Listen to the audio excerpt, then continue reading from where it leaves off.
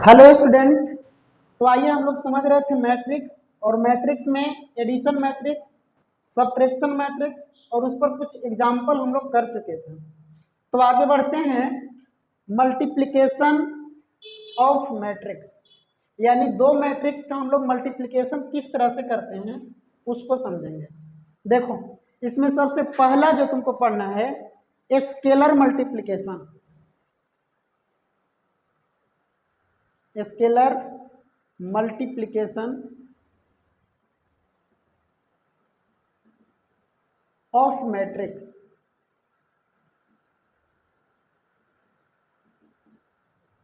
क्या होता है स्केलर मल्टीप्लिकेशन, उसको समझो। स्केलर मतलब कोई नंबर, यानी कि लेट कर लेते हैं कि ए कोई आपका मैट्रिक्स है, यानी कि 6 7 6 2, इस तरह से स्केलर मल्टीप्लिकेशन। स्केलर मतलब कोई नंबर और मल्टीप्लिकेशन मतलब गुना। तो यानी कि कोई भी मैट्रिक्स है उसमें क्या करना है, स्केलर नंबर से गुना करना है। तो जब इधर गुना करेंगे तो इधर भी करना पड़ेगा। अब इसका रूल क्या होता है उसको समझो। तो जब कभी भी कोई के से गुना करना पड़े किसी मैट्रिक्स में, तो इसका रूल होता है कि इसका प्रत्येक एलिमेंट से गुना होगा। यानी कि के से 6 में करेंगे यानी कि 6 के से 7 में मल्टीप्लिकेशन करेंगे यानी कि 7 के से 6 में मल्टीप्लिकेशन करेंगे 6 के से 2 में मल्टीप्लिकेशन करेंगे 2। इतना बात आप लोग को मल्टीप्लिकेशन मैट्रिक्स में हम बता चुके थे ना। तो इस पर देखो एक प्रॉपर्टी होता है। क्या प्रॉपर्टी होता है उसको समझो।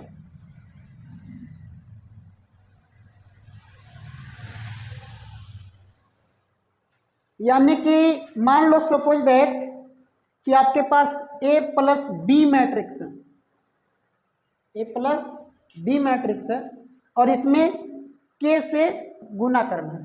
के मतलब कोई भी एनी स्केलर नंबर ना। तो के से ए में भी मल्टीप्लिकेशन होगा, यानी कि ए के प्लस के से बी में भी मल्टीप्लिकेशन होगा, यानी कि बी। यहां पर थोड़ा सा बात ध्यान देना कि के क्या है आपका, तो के इज एनी स्केलर नंबर।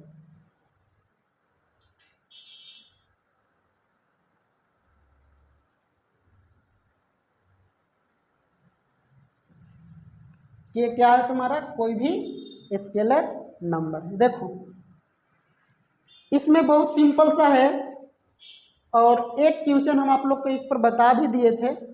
इसके बाद जो दूसरा तुम्हारा मल्टीप्लिकेशन है वो मोस्ट इम्पोर्टेंट है, यानी कि दो मैट्रिक्स को हम किस तरह से मल्टीप्लिकेशन करेंगे। तो आइए उसको हम समझते हैं, इसके बाद आगे बढ़ते हैं। इसके बाद जो है दूसरा मल्टीप्लिकेशन समझते हैं, यानी कि टू मैट्रिक्स ऑफ मल्टीप्लिकेशन।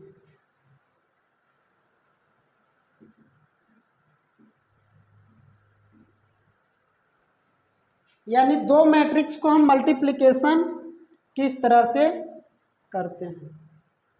तो यानी सपोज दैट कि दो मैट्रिक्स मान लेते हैं, यानी कि लेट ए मैट्रिक्स जिसका ऑर्डर जो है m cross n, and B matrix जिसका ऑर्डर p क्रॉस q है। और पूछ दिया यहां से कि फाइंड कीजिए, देन फाइंड ए बी। दो मैट्रिक्स का हम मल्टीप्लिकेशन कब कर सकते हैं उसको समझो। इफ फर्स्ट मैट्रिक्स का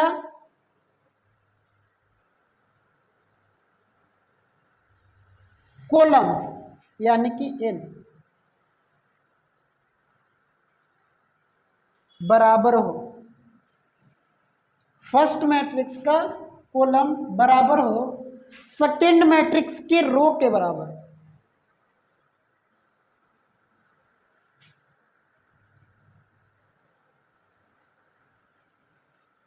देखो जब कभी भी फर्स्ट मैट्रिक्स का कॉलम बराबर हो सेकेंड मैट्रिक्स का रो, देन तब पॉसिबल मल्टीप्लिकेशन,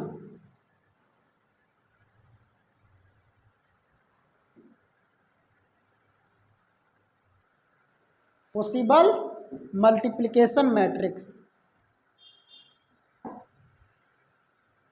देखो, यानी सपोज दैट मान लो कि तुमको मल्टीप्लिकेशन करना है। फर्स्ट मैट्रिक्स देखो कितना है, ए, इसका order m into n multiply. B matrix देखो कितना है, यानी कि b, इसका ऑर्डर कितना है, p क्रॉस q। तो देखो, इसको तुम मल्टीप्लिकेशन तभी कर सकता है जब फर्स्ट मैट्रिक्स का कॉलम यानी कि n बराबर होगा सेकेंड मैट्रिक्स का रो यानी p के बराबर, यानी कि n बराबर p। तब आप इसको क्या कर सकते हैं, मल्टीप्लिकेशन कर सकते हैं, कोई दिक्कत नहीं होगा। मल्टीप्लिकेशन करो a इंटू बी यानी कि ए बी। अब इसका ऑर्डर क्या आएगा वो समझो। देखो, ऑर्डर बच गया तुम्हारा m, और यहां पर क्या बच गया q, यानी कि मल्टीप्लिकेशन होने के बाद जो मैट्रिक्स आएगा उसका ऑर्डर क्या रहेगा, m इंटू क्यू। अगर ये बात तुम समझ गया तो कितना बड़ा भी मल्टीप्लिकेशन तुम कर सकता है, फिर तुमको कोई दिक्कत नहीं होगा। और ये नहीं समझ पाया तो छोटा से भी छोटा मल्टीप्लिकेशन तुम नहीं कर सकता। एक बार इसको हम फिर समझा देना चाहते हैं, समझो ध्यान से। फर्स्ट मैट्रिक्स देखो कितना है, ए, इसका order m cross n into second matrix, इसका ऑर्डर p क्रॉस q। तो इन दोनों को मल्टीप्लिकेशन तुम तभी कर सकता है जब फर्स्ट मैट्रिक्स का कॉलम n बराबर हो सेकेंड मैट्रिक्स का रो की। अब जब मल्टीप्लिकेशन कर लेंगे तो इसका ऑर्डर कितना आएगा, तो जो ऑर्डर बच जाता है, यानी कि यहाँ देखो बच गया है m, तो यहाँ m, और वहाँ बच गया है q, यहाँ q। तो वही बात लिखे हैं कि फर्स्ट मैट्रिक्स का कॉलम बराबर होगा सेकेंड मैट्रिक्स का रो, देन तब पॉसिबल मल्टीप्लिकेशन मैट्रिक्स। तब आप मैट्रिक्स को मल्टीप्लिकेशन कर सकते हैं, फिर कोई दिक्कत नहीं होगा। एक एग्जाम्पल हम समझाते हैं, ध्यान से समझना। एग्जाम्पल नंबर 1 बोल दिया कि if A matrix is equal to 2 3 4, 4 2 3, ये ए मैट्रिक्स है। एंड बी मैट्रिक्स दे दिया आपका 2 3 4 2। अब बोल दिया कि फाइंड ए बी फाइंड कीजिए, एंड बी ए भी बोल दिया कि बी ए भी फाइंड कीजिए। तो मल्टीप्लिकेशन हम करते हैं, क्या निकालना है आपको, ए बी निकालना है, ए बी। ए मैट्रिक्स देखो कितना है, 2 3 4, 4 2 3। बी मैट्रिक्स देखो कितना है, 2 3 4 2। सबसे पहले कि देखो इसको मल्टीप्लिकेशन होगा कि नहीं होगा, तो ध्यान से समझना। इसका ऑर्डर बताओ कितना है, तो 2 रो है और 3 कॉलम है, 2 रो और 3 कॉलम। इसका देखो तो 2 रो है और 2 ही कॉलम है। तो हम तुमको क्या बताएं कि फर्स्ट मैट्रिक्स का कॉलम यानी 3 बराबर होना चाहिए सेकेंड मैट्रिक्स के रो के। देखो यहाँ पर क्या है, 3 है और यहाँ पर 2 है, बराबर नहीं है, ये मल्टीप्लिकेशन होगा ही नहीं। यानी मल्टीप्लिकेशन होने के लिए क्या होना चाहिए, तो फर्स्ट मैट्रिक्स का कॉलम इन बराबर होगा सेकेंड मैट्रिक्स के रो के, तब जाकर के क्या हो जाएगा, मल्टीप्लिकेशन हो जाएगा। तो यानी मल्टीप्लिकेशन होने के लिए क्या होना चाहिए, तो इसका 3 गो रो होना चाहिए, तो इसका 3 गो रो बना दो। अब देखो मल्टीप्लिकेशन हो जाएगा।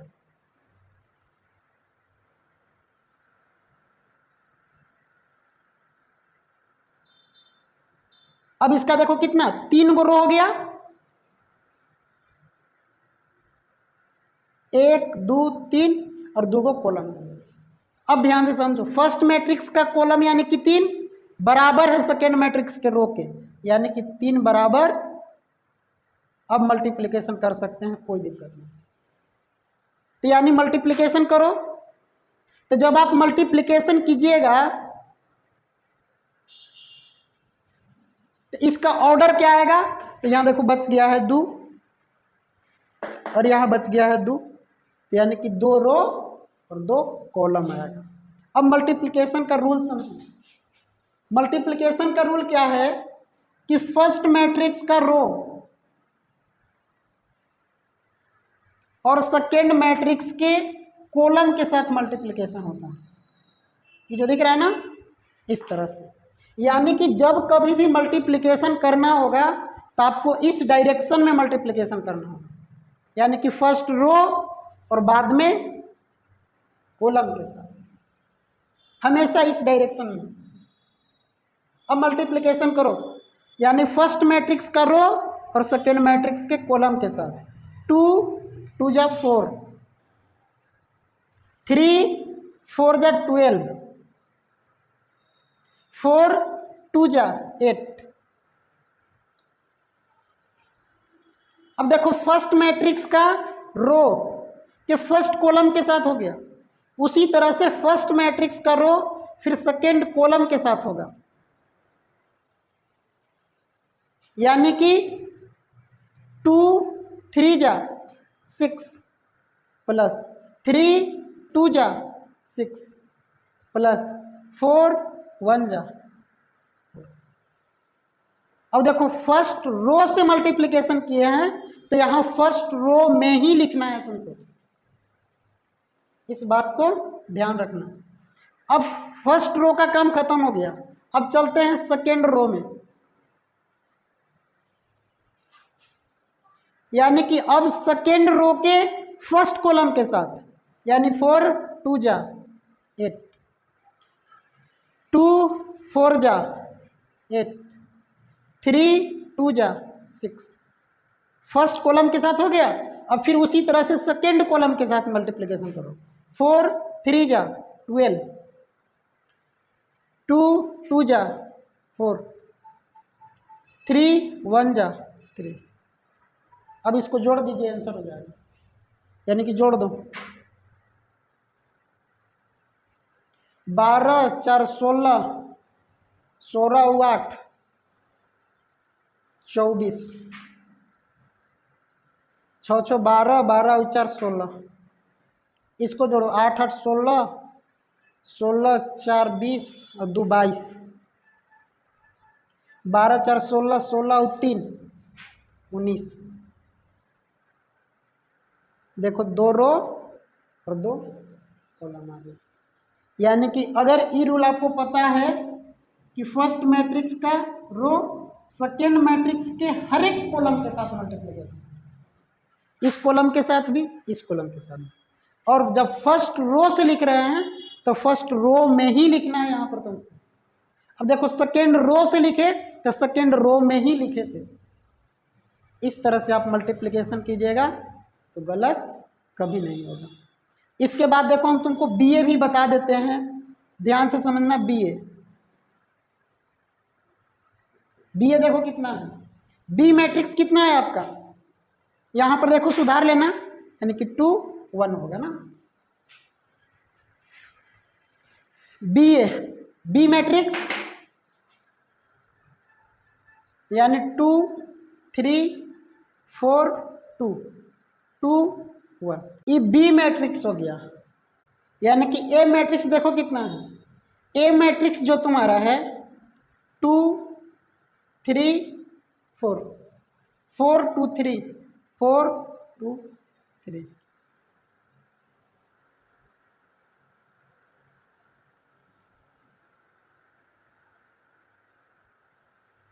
अब इसका देखो ऑर्डर कितना है, तो 3 रो है और 2 कॉलम है। इसका ऑर्डर देखो कितना है, तो 2 रो है और 3 कॉलम है। तो देखो फर्स्ट मैट्रिक्स का रो और नहीं, यानी कि देखो फर्स्ट मैट्रिक्स का कॉलम और सेकेंड मैट्रिक्स का रो दोनों बराबर हैं, यानी कि 2 बराबर, तो इसको मल्टीप्लिकेशन कर सकते हैं, कोई दिक्कत नहीं है। यानी कि मल्टीप्लिकेशन करेंगे तो कितना बाई कितना क्या आना चाहिए, वो भी ध्यान में होना चाहिए तुमको। तो यहाँ देखो 3 गो बच गया क्या, रो, तो यहाँ 3 रो, और यहाँ देखो 3 गो बच गया क्या, कॉलम, तो 3 कॉलम। अब मल्टीप्लिकेशन का रूल समझो, क्या होता है मल्टीप्लिकेशन का रूल, कि फर्स्ट मैट्रिक्स का रो, सेकेंड मैट्रिक्स का कॉलम, यानी 2 2 जा 4, 3 4 जा 12, फिर सेकेंड कॉलम के साथ करो, यानी 2 3 जा 6, 3 2 जा 6, फिर थर्ड कॉलम के साथ करो, यानी 2 4 जा 8, 3 3 जा 9। हो गया। देखो फर्स्ट रो से लिखे तो फर्स्ट रो भी यहाँ लिखे हैं। यहाँ पर देखो सेकेंड रो, 4 की मल्टीप्लिकेशन 2 के साथ, यानी कि 8, 2 को 4 के साथ, यानी कि 8। अब दूसरा कॉलम के साथ करेंगे, 4 को 3 से, 2 को 2 से। अब तीसरा कॉलम के साथ करो, 4 से 4 में 16, 2 को 3 से। अब थर्ड रो, अब उसी तरह से थर्ड रो को हर एक कॉलम के साथ मल्टीप्लिकेशन होगा, यानी 2 को 2 से 4, 1 को 4 से 4, 2 को 3 से 6, 1 को 2 से 2, 2 को 4 से 8, 1 को 3 से, यानी कि 3। ऐड कर दो, तुम्हारा आंसर आ जाएगा। ऐड कर दें, 12 4 16, 6 6 12, 8 8 16 1 17, 8 8 16, 12 4 16, 16 6 22, 4 4 8 हो जाएगा, 6 और 2 12 हो जाएगा, 8 और 3 नहीं, 6 और 2 8 ना, 8 और 3, इसको 3 गो रो 3 गो कॉलम आया इस तरह से। यानी कि उम्मीद है कि आप लोग को मल्टीप्लिकेशन कुछ हद तक समझ में आया होगा, और कुछ एग्जाम्पल करते हैं तो आपको पूरा कंसेप्ट क्या हो जाएगा, क्लियर हो जाएगा। इससे पहले हम तुमको बता देना चाहते हैं इसका प्रॉपर्टी में देखो ध्यान से समझना। हम यहाँ पर क्या निकाले हैं, ए बी निकाले हैं, और यहाँ पर क्या निकाले हैं, तो यहाँ पर बी ए निकाले हैं। ए बी देखो कितना है, तो ए बी तुम्हारा है 24 16 22 19। बी ए देखो कितना है, तो बी ए इतना है, यानी कि ए बी जो है बी ए के बराबर नहीं है। ए बी बी ए के बराबर नहीं है, तो यानी कभी भी आप लोग सोच रहे होंगे कि ए बी करेंगे चाहे बी ए करेंगे, दोनों बात तो इक्वल है, तो दोनों बराबर नहीं है।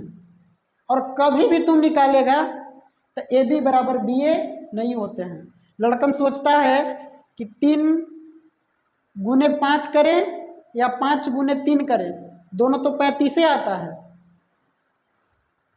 तो ऐसा मल्टीप्लिकेशन मैट्रिक्स में नहीं होता है। एक बात यहाँ से कंफर्म करना होगा कि ए बी बराबर बी ए नहीं होते हैं। तो कुछ हम प्रॉपर्टी लिखवाते हैं आपको, उस प्रॉपर्टी को ध्यान से समझिएगा। इसके बाद हम लोग प्रॉपर्टीज के बारे में समझते हैं कि प्रॉपर्टीज क्या है। देखो, प्रॉपर्टी जो है आपका मोस्ट इम्पोर्टेंट है। यहाँ से एग्जाम में ऑब्जेक्टिव जो है डायरेक्ट क्वेश्चन पूछ देता है, इसलिए प्रॉपर्टी को आप लोग ध्यान में रखेंगे। यानी कि पहला प्रॉपर्टी क्या है, तो अभी हम लोग मल्टीप्लिकेशन करके देखें, यानी कि ए बी वो बी ए के बराबर नहीं हो रहा था।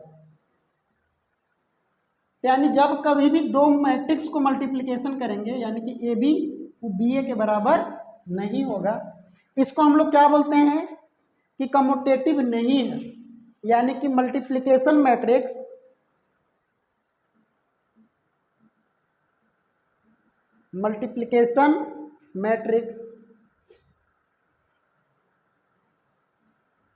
Is not commutative.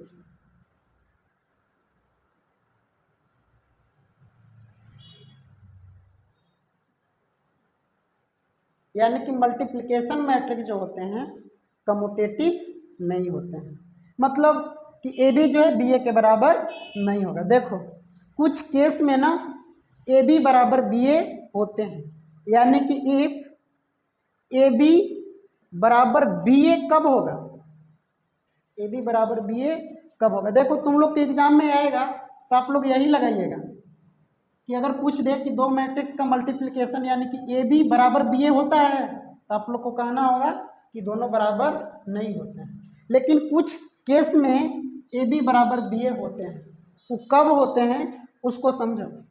यानी कि ए के मान आप ए ही रहने दें, ए के मान ए ही रहने दें, और बी के मान जो है आइडेंटिटी मैट्रिक्स ले लें। ए के मान ए ही रहने दें और बी के मान जो है आइडेंटिटी मैट्रिक्स ले लें, उस समय ए बी जो है बी ए के बराबर हो जाता है ना।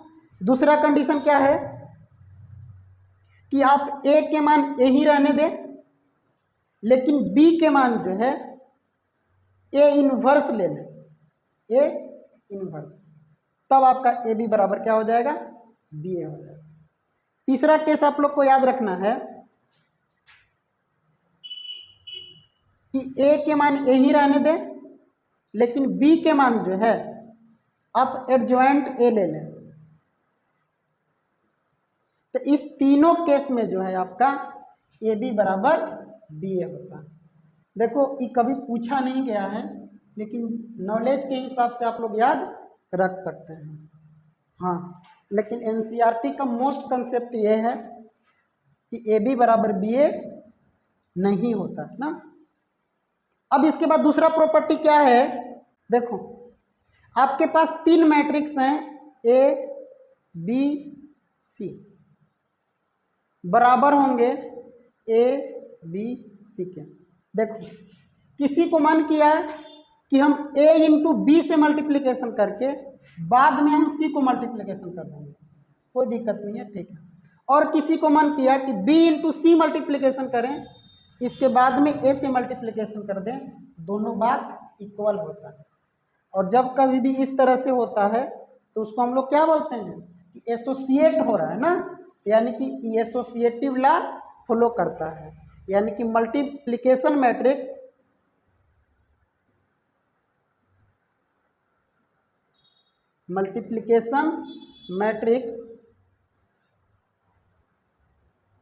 Is associative.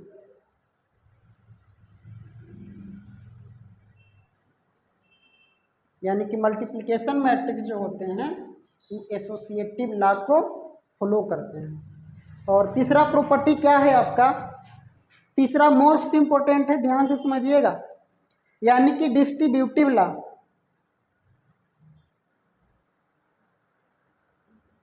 डिस्ट्रीब्यूटिव लॉ, देखो मान लो आपके पास दो मैट्रिक्स हैं ए प्लस बी, और आपको सी मैट्रिक्स से मल्टीप्लिकेशन करना है। तो देखो किस तरह से मल्टीप्लिकेशन करेंगे, यानी कि सी से ए में मल्टीप्लिकेशन करेंगे, यानी कि सी ए प्लस का है तो प्लस का साइन, सी से बी में मल्टीप्लिकेशन करेंगे, सी बी। कितना लड़कन चलहाक बन जाता है यहाँ पर, क्या करेगा कि यहाँ सी ए लिखल है ना, तो ए बी कर देगा, ए सी कर देगा। यहाँ पर सी बी लिखल है ना, तो बी सी कर देगा। दोनों तो एक ही होता है ना? नहीं। अभी हम क्या देखे थे कि ए बी बराबर बी ए नहीं होते हैं, यानी कि आपका ऑर्डर चेंज नहीं होना चाहिए, यानी कि जो उसका ऑर्डर है वही ऑर्डर होना चाहिए यहाँ पर। मतलब कि सी से ए में मल्टीप्लिकेशन होगा तो सी से ही ए में मल्टीप्लिकेशन लिखेंगे इस तरह से। प्लस है तो प्लस का साइन, सी से बी में मल्टीप्लिकेशन होगा तो सी बी ही लिखेंगे, इन्हें कि इसको ऑर्डर चेंज कर देंगे। और दूसरा क्या है कि मान लो आपके पास ए प्लस बी मैट्रिक्स है और इधर से सी से मल्टीप्लिकेशन करना है, तो जब आप इधर से मल्टीप्लिकेशन कीजिएगा तो सी से ए में करेंगे तो ए सी, ऑर्डर चेंज नहीं करना है। प्लस सी से बी में तो यानी कि बी सी, इसी को हम लोग क्या बोलते हैं, distributive law.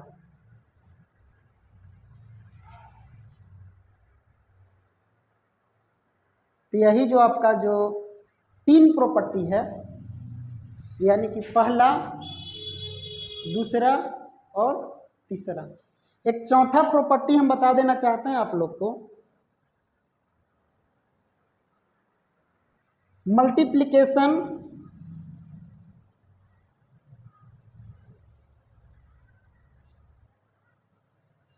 Of identity matrix.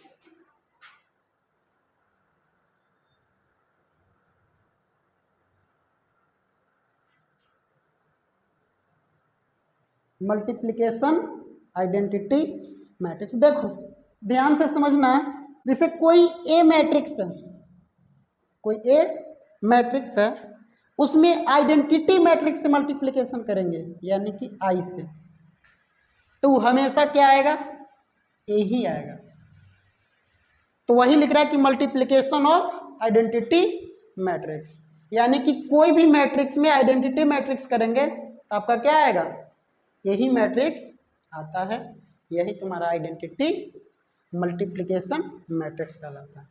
इतना देखो प्रॉपर्टी तुम लोग को बहुत ज़्यादा है ना, इतना एनसीईआरटी का प्रॉपर्टी तुमको ख्याल रखना ही होगा।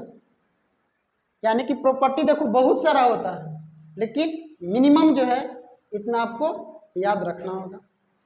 इसके बाद जो है मल्टीप्लिकेशन पर कुछ एग्जाम्पल करते हैं, ताकि मल्टीप्लिकेशन मैट्रिक्स का कंसेप्ट जो है आपका क्लियर हो जाए। एग्जाम्पल नंबर 12 जो है क्या बोल रहा है, समझना ध्यान से। करा कि फाइंड ए बी आपको फाइंड करना है if A matrix is equal to इतना and B matrix is equal to इतना। तो देखो ए बी फाइंड करो, यानी कि ए बी, ए मैट्रिक्स देखो कितना है, 6 9 2 3। बी मैट्रिक्स देखो कितना है,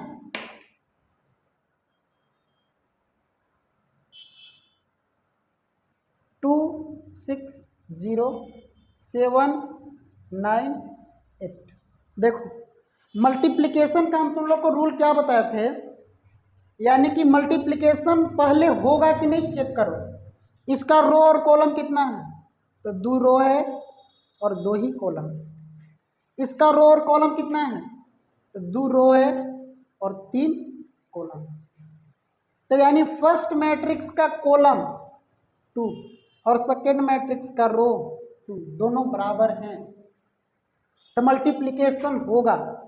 और मल्टीप्लिकेशन होगा तो इसका ऑर्डर क्या आएगा उसको समझो। देखो यहाँ क्या बच गया, तो 2 और यहाँ क्या बच गया, यानी कि जो मल्टीप्लिकेशन करने के बाद 2 रो और 3 कॉलम आपका आएगा। तो देखो मल्टीप्लिकेशन करो, यानी कि फर्स्ट मैट्रिक्स का रो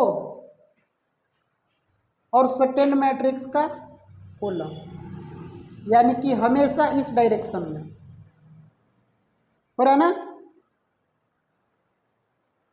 मल्टीप्लिकेशन कर दो, 6 2 जा 12, 9 7 जा 63, अब फर्स्ट रो का फर्स्ट कॉलम के साथ हो गया, अब फर्स्ट रो का सेकेंड कॉलम के साथ, इसके साथ, यानी 6 जा 36, 9 जा 81, यानी कि सेकेंड कॉलम के साथ भी हो गया। अब थर्ड कॉलम के साथ करो, यानी 6 इंटू 0 0, 9 इंटू 8 हो गया। यानी फर्स्ट रो के हर एक कॉलम के साथ आपको करना है मल्टीप्लिकेशन, इस तरह से। अब फर्स्ट रो का काम खत्म, सेकेंड रो, उसी तरह से सेकेंड रो से हर एक कॉलम में मल्टीप्लिकेशन होगा, यानी कि 2 से 2 में मल्टीप्लिकेशन 4, 3 को 7 में मल्टीप्लिकेशन 21, 2 से 6 में मल्टीप्लिकेशन 12, 3 से 9 में मल्टीप्लिकेशन, 2 से 0 में, 3 से 8 में, बस जोड़ कर दो, आ गया तुम्हारा मल्टीप्लिकेशन हो गया। 3 दू 5 यानी कि 75, 81 और 36 जोड़ो 7 हो गया, 8 3 11, यहाँ पर 72, यहाँ पर 25, 27 12, 7 2 9 39, यहाँ पर 24। देखो इसका रो कितना है, तो 2 रो है और 3, इस तरह से मल्टीप्लिकेशन आप कर सकते हैं, कोई दिक्कत नहीं होगा। इसके बाद जो है एग्जाम्पल नंबर 13 देखो क्या बोल रहा है, कह रहा है कि A matrix is equal to इतना and B matrix is equal to इतना, तब क्या करना, फाइंड ए बी भी फाइंड करना है और बी ए भी फाइंड करना है, एंड सो दैट, और दिखाना भी है कि ए बी बराबर बी ए नहीं होता। यानी कि सबसे पहले तुमको ए बी निकालना पड़ेगा, ए बी निकालो।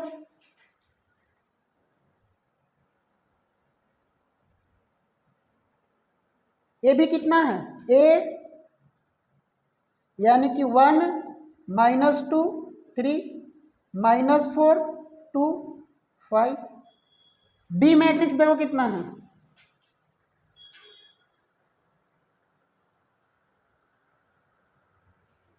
यानी कि बी मैट्रिक्स 2 3 4 5 2 1। सबसे पहले तुमको क्या चेक करना है कि मल्टीप्लिकेशन होगा कि नहीं। मल्टीप्लिकेशन देखो, इसका रो कितना है, तो 2 गो रो है 3 गो कॉलम। इस मैट्रिक्स का रो कॉलम कितना है, तो यानी कि 3 गो रो है और 2 गो कॉलम है। मल्टीप्लिकेशन करने के बाद क्या आएगा उसको समझो। यहां पर देखो फर्स्ट मैट्रिक्स का कॉलम और सेकेंड मैट्रिक्स का रो बराबर है, 3 यहां भी 3 यहां भी, मल्टीप्लिकेशन 100% होगा। अब मल्टीप्लिकेशन होने के बाद क्या आएगा, तो देखो बच गया है 2 और यहाँ बच गया है 2, तो यानी कि 2 गो रो और 2 गो कॉलम आएगा। मल्टीप्लिकेशन का वही रूल, यानी कि फर्स्ट मैट्रिक्स का रो सेकेंड मैट्रिक्स के हर एक कॉलम के साथ मल्टीप्लिकेशन करना है तुमको, कर दो। 1 से 2 में यानी कि 2, -2 से 4 में माइनस का 8, 3 से 2 में प्लस का 6।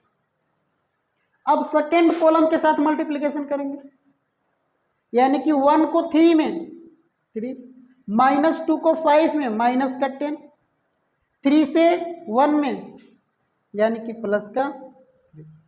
फर्स्ट रो का काम खत्म, इस डायरेक्शन में ना। अब सेकेंड रो -4 का 2 से, -4 2 जा 8, माइनस का 8, 2 का 4 से प्लस का 8, 5 का 2 से प्लस का 10। अब सेकेंड कॉलम के साथ 4 से 3 में 12, माइनस का 12, 2 से 5 में प्लस का 10, 5 से 1 में प्लस का 5। जोड़ दो, आ गया तुम्हारे आंसर। 6 2 8, 8 में से 8 जाएगा 0, 3 में से 3 चला जाएगा, ओ 3 और 3 6 हो जाएगा, 6 में से माइनस का 10, यानी कि माइनस का 4। यहाँ पर देखो 8 से 8 चला जाएगा 10, माइनस का 12 प्लस का 10, माइनस का 2 और प्लस का 5, यानी कि 3 हो जाएगा। देखो 2 रो और 2 कॉलम आया, यानी इस तरह से मल्टीप्लिकेशन करेगा, थोड़ा सा भी दिक्कत नहीं होगा। और नी प्रक्रिया नहीं लगाया तो बहुत आपको दिक्कत हो सकता है। अब बी ए निकालो, बी मैट्रिक्स देखो कितना सा है, यानी कि 2 3 4 5 2 1। ए मैट्रिक्स देखो कितना सा है,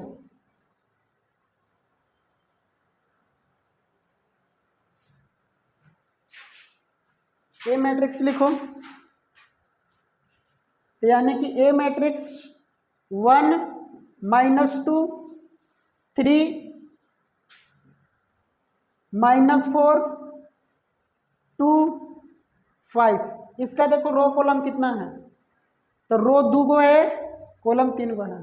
इसका रो कॉलम देखो कितना है, 3 गो रो है 2 कॉलम है। फर्स्ट मैट्रिक्स का रो, सेकेंड नहीं, फर्स्ट मैट्रिक्स का कॉलम और सेकेंड मैट्रिक्स का रो दोनों बराबर हैं, मल्टीप्लिकेशन होगा। अब मल्टीप्लिकेशन होने के बाद क्या आएगा वो देखो, तो यहाँ कितना है, 3 रो है, 3 रो आएगा, यहाँ 3 कॉलम है, 3 कॉलम आएगा। अब मल्टीप्लिकेशन कर दो, यानी कि इससे इसमें, यानी कि 2 से 1 में किए 2 हो जाएगा, 3 को 4 में किए माइनस का 12, इससे इसमें यानी कि माइनस का 4 हो जाएगा, 3 से 2 में प्लस का 6 हो जाएगा। अब थर्ड कॉलम में 2 से 3 में 6, 3 से 5 में। अब सेकेंड रो 4 से 1 में 4, माइनस 5 को 4 से माइनस का 20 हो जाएगा। सेकेंड कॉलम के साथ 4 से 2 में माइनस का 8, 5 को 2 से प्लस का 10। सेकेंड थर्ड कॉलम में 4 से 3 में 12, 5 से 5 में, अब इससे 2 से 1 में 2, 1 से -4 में माइनस का 4, माइनस का 4, 1 से 2 में प्लस का 2, लास्ट कॉलम 2 से 3 में 6, 1 से 5 में प्लस का, जोड़ दो हमारा आंसर आ जाएगा, यानी कि B A is equal to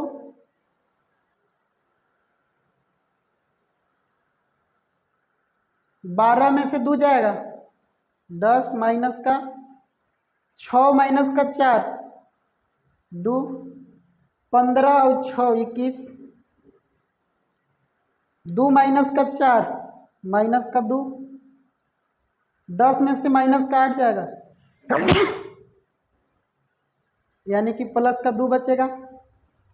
25 और 12 7, 27 37, माइनस का 4 प्लस का 2, यानी कि माइनस का 2, माइनस का 4 प्लस का 2 माइनस का 2। अब 6 प्लस 5 11, देखो 3 रो और 3 कॉलम आ गया, यानी कि ए बी भी निकल गया और बी ए भी निकल गया। ए बी देखो कितना है कि वह ए बी है, बी ए कितना है कि बी ए है। दोनों बराबर हैं क्या, तो दोनों बराबर नहीं है।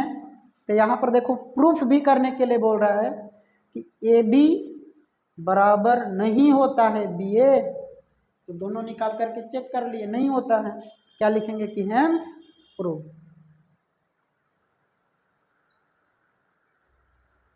यह साबित किया गया। तो उम्मीद है कि आप लोग को समझ में आ गया होगा। अब देखो 14 और 15 एग्जाम्पल जो है बहुत इजी एग्जाम्पल है, उसको आप लोग को होमवर्क में करना है।